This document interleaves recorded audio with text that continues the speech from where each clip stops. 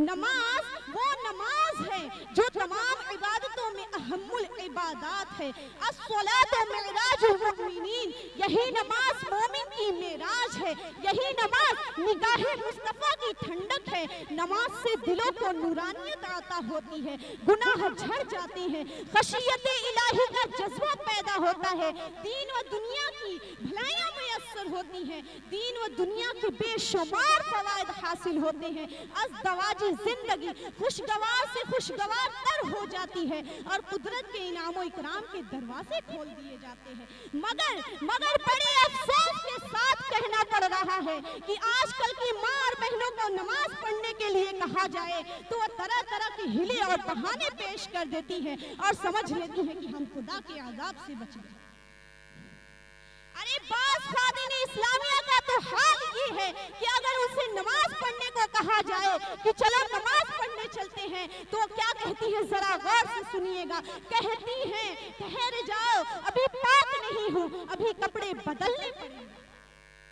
सोचने वाली बात है कि जब हम कहते हैं कि चलो नमाज पढ़ने के लिए चलते हैं तो कहती हैं ठहर जाओ, अभी पाक नहीं हूँ, अभी कपड़े बदलने पड़ेंगे। लेकिन उन्हीं खातिन इस्लामिया से अगर ये जाकर कहा जाए कि चलो दावत खाने चलते हैं तो क्या कहती है, जरा गौर से सुनिएगा।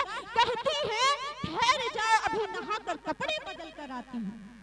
अल्लाहु अकबर। उनसे जब नमाज पढ़ने के लिए कहा जाता है तो तरह तरह के हिले और बहाने पेश कर देती है, और जब कहा जाता है कि चलो दावत खाने चलती हूँ तो कहती है ठहर जाओ, अभी नहाकर कपड़े बदल कर आती हूँ। तो आजकल की माँ और बहनों से अगर नमाज पढ़ने के लिए कहा जाए तो वो तरह तरह के हिले और बहाने पेश कर देती है। कभी कामकाज की ज़्यादती का बहाना, कभी बच्चों के पेशाब पाखाना का बहाना, कोई न कोई हिले और बहाने पेश कर देती हैं और समझ लेती है कि हम खुदा के आज़ाब से बच गए। अरे सरकारे दो आलम नूरे मुजस्सम सल्लल्लाहु ताला अलैहि वसल्लम की सबसे लाडली और चहेती बेटी हज़रत सैयदा फातिमा ज़हरा रज़ी अल्लाह ताला अन्हा की जिंदगी को देखिए कि घर में छोटे छोटे बच्चे हैं जिनकी नाज बर्दारी भी करती हैं, खाना खुद से पका लेती हैं, कपड़े खुद से सील लेती हैं, चक्की खुद से पीस लेती हैं, पानी खुद से निकाल लेती हैं, फिर शौहर नामदार खिदमत गुजारी, फिर शौहर की खिदमत करती। तब भी आपने कभी यह न सुना होगा कि उनकी कोई भी नमाज कज़ा, आपने कभी यह न सुना होगा कि उनकी कोई भी नमाज कज़ा हुई होगी। क्या आज हमें उनसे ज्यादा काम करना पड़ता है? आज तो हमें खुदा का शुक्र अदा करना चाहिए कि अल्लाह तबारक व तआला ने हम सब के लिए कितनी आसानियां पैदा कर दी हैं। अगर कपड़ों के मुतालिक लिया जाए तो पहले के जमाने में कपड़ों की इतनी तंगी हुआ करती थी कि घरों में एक ही चादर हुआ करती थी जिसे बारी बारी ओढ़ कर नमाज पढ़ती थी। तब भी आपने कभी यह न सुना होगा कि किसी भी सहाबिया की नमाज कज़ा हुई होगी। अब तो गरीब से गरीब के पास भी एक दो जोड़े कपड़े होते हैं या नहीं, आप ही लोग बताइए। अब तो गरीब से गरीब के पास भी एक दो जोड़े कपड़े होते हैं, फिर भी हमें नमाज पढ़ने की तौफीक नहीं होती। अल्लाह अकबर। मैं आपसे पूछना चाहती हूँ कि अल्लाह तबारक व तआला ने जब इतनी बड़ी कायनात को कायम किया है तो इसका कोई तो मकसद होगा। जाहिर सी बात है, जब कोई चीज बनाई जाती है तो उसका कोई तो मकसद होता है। मिसाल के तौर पर एक सुई, जिसने सुई बनाई है उसने कोई तो मकसद लिया होगा कि ये किस काम में आएगी। जब इतनी छोटी सी सुई का कोई मकसद हो सकता है तो अल्लाह तबारक व तआला ने इतनी बड़ी कायनात को कायम किया है तो कैसे इसका कोई मकसद नहीं हो सकता। ये मकसद नहीं कि हम गाने बाजे सुने, ये मकसद नहीं कि हम फिल्में ड्रामे देखें, ये मकसद नहीं कि हम गफलत भरी जिंदगी गुजारें, ये मकसद नहीं कि हम अल्लाह व रसूल की नाफरमानी करें, ये मकसद नहीं कि हम मॉडल मॉडल कपड़े देखकर मॉडल मॉडल कपड़े पहने। अरे बास खातिन इस्लामिया को तो हाल ये हो गया है कि उन्हें कलमा तक नहीं याद होता। जरा सोचने वाली बात है। आप ही मुझे बताइए, इस्लाम में कलमा इम्पोर्टेंट है या नहीं? अरे बोलिए तो सही, कलमा इस्लाम में सबसे इम्पोर्टेंट चीज है ना, लेकिन उन्हें कलमा नहीं याद होता, उन्हें अपने दीन और इस्लाम के बारे में कुछ नहीं पता होता। अगर उन्हीं से ये कहा जाए कि चलो ये बताओ कि हमारे हुजूर की कब विलादत हुई, तो कहती है हमें मालूम नहीं है। अगर उन्हीं से ये पूछा जाए कि चलो बताओ कि हमारे हुजूर की कितनी साहबजादियां थी, तो कहती है हमें मालूम नहीं है। उन्हीं से ये पूछा जाए कि हमारे हुजूर कितने साहबजादे थे, तो वो कहती है हमें मालूम नहीं है। उन्हीं से ये कहा जाए कि चलो ये बताओ कि हमारे हुजूर की कितनी अज़वाजे मुतहरात यानी कितनी मुक़द्दस बीवियां थी, तो वो कहती है हमें मालूम नहीं। जरा सोचने वाली बात है कि उन्हें अपने दीन और इस्लाम के बारे में कुछ नहीं पता होता, लेकिन उन्हीं खातिने इस्लामिया से अगर ये जाकर पूछा जाए कि चलो ये बताओ कि फला फिल्म में कौन सा हीरो था, फला फिल्म में कौन सी हीरोइन थी, फला फिल्म में कौन सा हीरो था, फला फिल्म में उसने कौन सा खाना खाया, उसने कौन सा कपड़ा पहना, उसने कौन सा डायलॉग बोला, तो वो बैठ कर पूरी स्टोरी सुना देंगी, लेकिन उन्हें कलमा नहीं याद होता। उन्हें अपने दीन और इस्लाम के बारे में कुछ पता नहीं होता। अरे जरा तवज्जो तो दीजिए, उनसे जब ये पूछा जाता है कि ये बताओ हमारे हुजूर की कब विलादत हुई, हमारे हुजूर की कितनी मुक़द्दस बीवियां हैं, तो कहती है हमें मालूम नहीं है। लेकिन उन्हीं से जब ये पूछा गया कि चलो ये बताओ कि फला फिल्म में कौन सा हीरो था, कौन सी हीरोइन थी, उसने कौन सा खाना खाया, उसने कौन सा कपड़ा पहना, तो बैठ कर पूरी स्टोरी सुना देती है, लेकिन उन्हें अपने दीन और इस्लाम के बारे में कुछ नहीं पता होता। आइए मैं आपका इसको जवाब भी देते चलती हूँ कि हमारे हुजूर की 12 रबीउल अव्वल को विलादत हुई और हमारे हुजूर की 4 साहबजादियां थी और हमारे हुजूर की 3 साहबजादे थे और 11 अज़वाजे मुतहरात यानी 11 मुक़द्दस बीवियां थी। तो आजकल की माँ और बहनों को कलमा नहीं याद होता, तभी तो किसी शायर ने क्या खूब कहा है, आजकल की लड़कियां खुद पे नाज करती हैं। क्या आजकल की लड़कियां खुद पे नाज करती हैं, पहला कलमा आता नहीं इंग्लिश में बात करती है। तो मेरी इस्लामी बहनों, अरे नमाज की अहमियत को समझिए।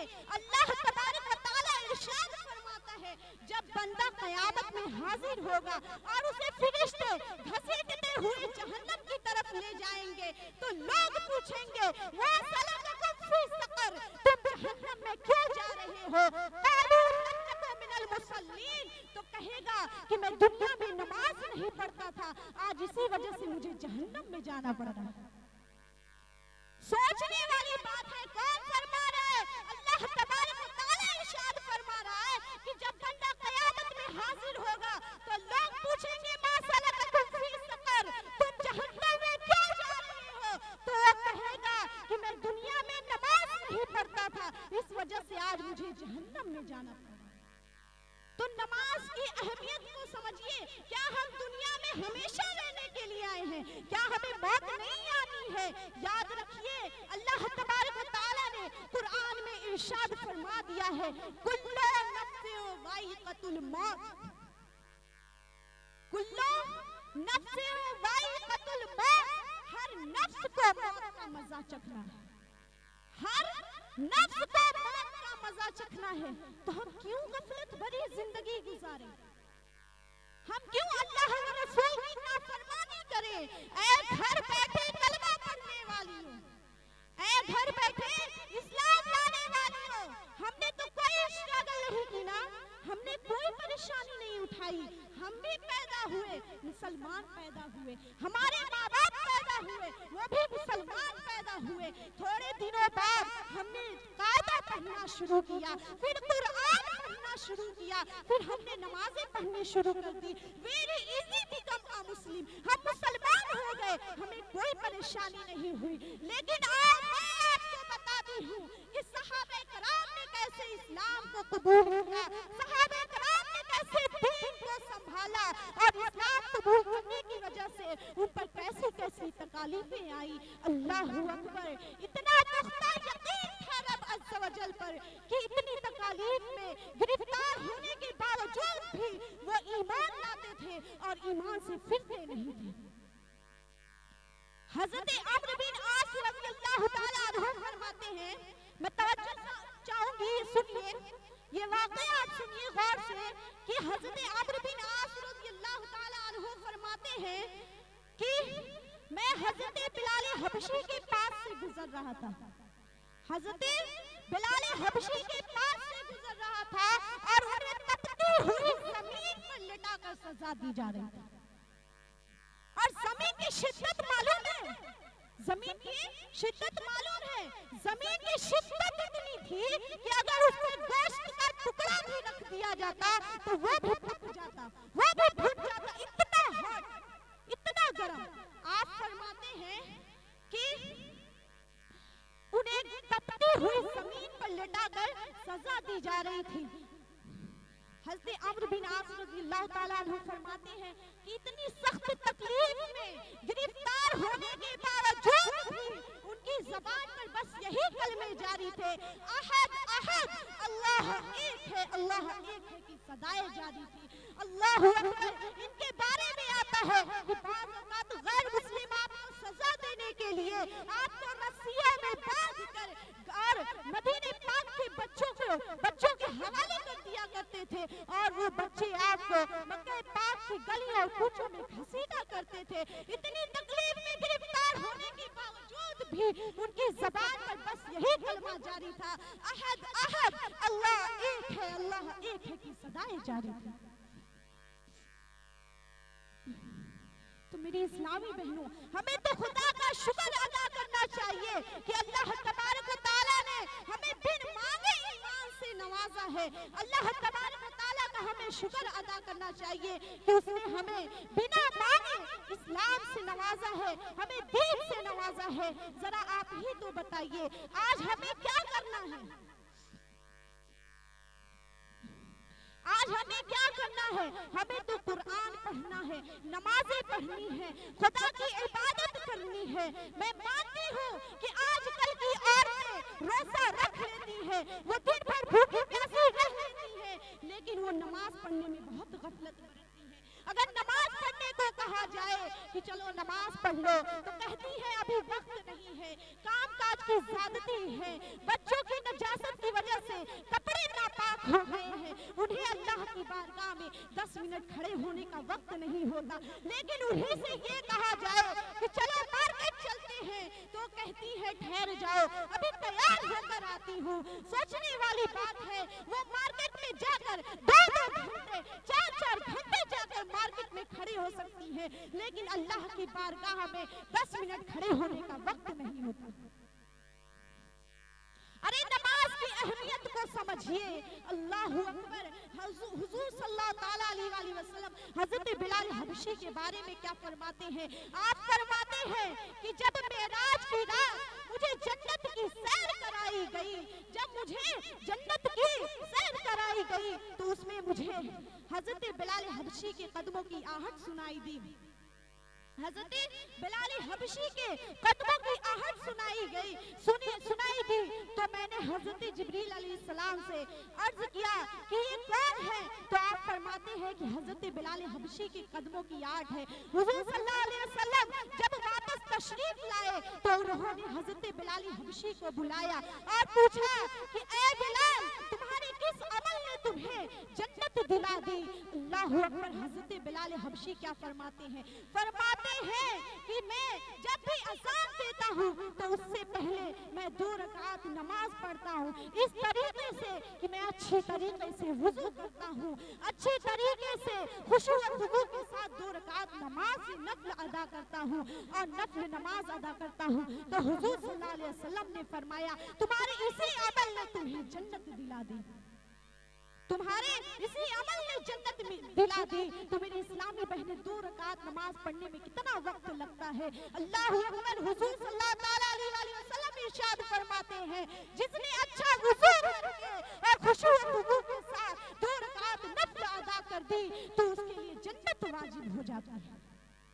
आप लोग सोच रही होंगी ये तो नफल नमाज की बात कर रही है, यहाँ तो फर्ज नमाज नमाज छूट जाती है। हालांकि हुजूर सल्लल्लाहु अलैहि वसल्लम ने इरशाद फरमाया, जिसने एक वक्त की नमाज जानबूझकर कज़ा कर दी, अल्लाह तबारक व तआला उसका नाम जहन्नम के उस दरवाजे पे लिख देता है जिससे वो जहन्नम में दाखिल होगा। तो मेरी इस्लामी बहनों, नमाज की अहमियत को समझिए। अल्लाह तबारक व तआला इरशाद फरमाता है, जब बंदा नमाज पढ़ने के लिए खड़ा होता है तो उसे तमाम गुनाहों से पाक कर दिया जाता है। जब वो नमाज पढ़कर फारिग हो जाता है तो फरिश्ते अर्ज करते हैं, या अल्लाह, क्या इसके गुनाहों को इसके झोली में दोबारा डाल दिया जाए? तो अल्लाह तबारक व तआला इरशाद फरमाता है, जिसके झोली से एक मर्तबा गुनाह निकाल लिया गया, उसके झोली में दोबारा न डालना। कभी तो किसी शायर ने क्या खूब कहा है, दीदार हक दिखाएगी ये बीबियों नमाज, जन्नत तुम्हें दिलाएगी ये बीबियों नमाज। अल्लाह तबारक व तआला हम सभी को पंजगाना नमाज पढ़ने की तौफीक अता फरमाए। वमा अलैना इल्लल बलाग। अस्सलामु अलैकुम व रहमतुल्लाहि व बरकातहू।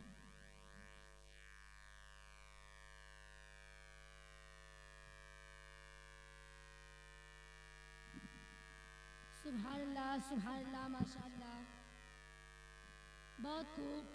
अभी तक आप लोग नमाज पाक पर एक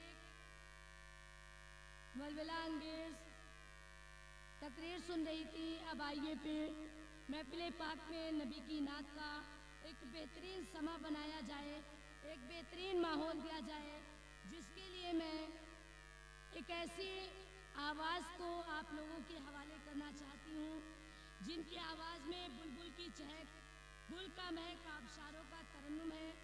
आपने अंदाज़ा तो लगा ही लिया होगा कि वो कौन सी नातखा है। तो जिनसे मेरी मुराद आलिमा मुफ्तिया जीनिया परवीन साहिबा से है कि वो आए और अपने नाते नबी से हम सभी सामियात के क़ुलूब को मनव्वर व मुजल्ला अता फरमाए। उनके आने से कबल मैं इतना और कहना चाहूँगी कि सरवर कहूँ कि मालिको मौला कहूँ तुझे, सरवर कहूँ कि मालिको मौला कहूँ तुझे, बागे खलील का गुले ज़ेबा कहूँ तुझे, बागे खलील का गुले ज़ेबा कहूँ तुझे। लेकिन रज़ा ने ख़त्मे सुखन इस पे कर दिया, लेकिन रज़ा ने ख़त्मे सुखन इस पे कर दिया। खालिक का बंदा खल्क का आका कहूँ तुझे, खालिक का बंदा खल्क का आका कहूँ तुझे। मुफ्तिया आलिमा जीनिया परवीन साहिबा माइक पर तशरीफ़ लाए।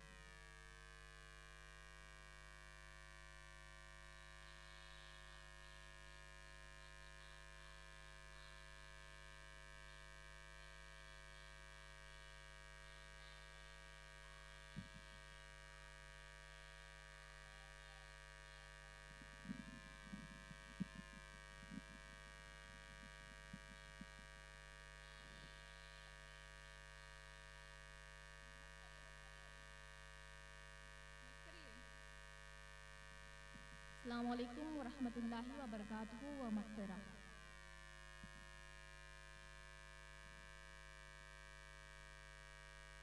नात शरीफ सुनने से पहले एक मरतबा बावाज़े बुलंद दुरूद शरीफ का नजराना पेश कीजिए। पढ़िए बावाज़े बुलंद।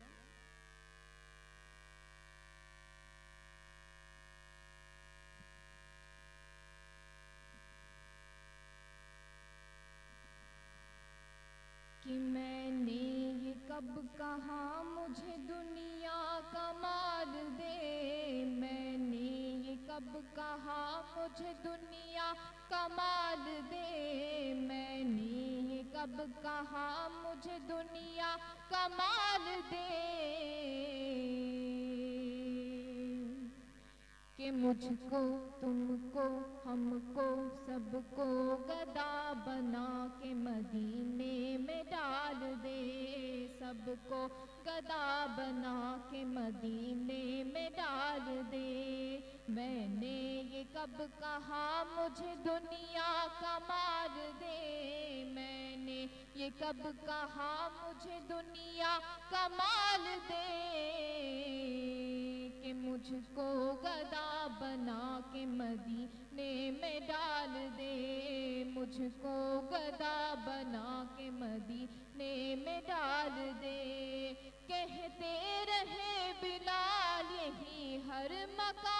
पर कहते रहे बिलाल, यही हर मकाम पर कहते रहे बिलाल, यही हर मकाम पर के निकलेगी मेरी जान मोहम्मद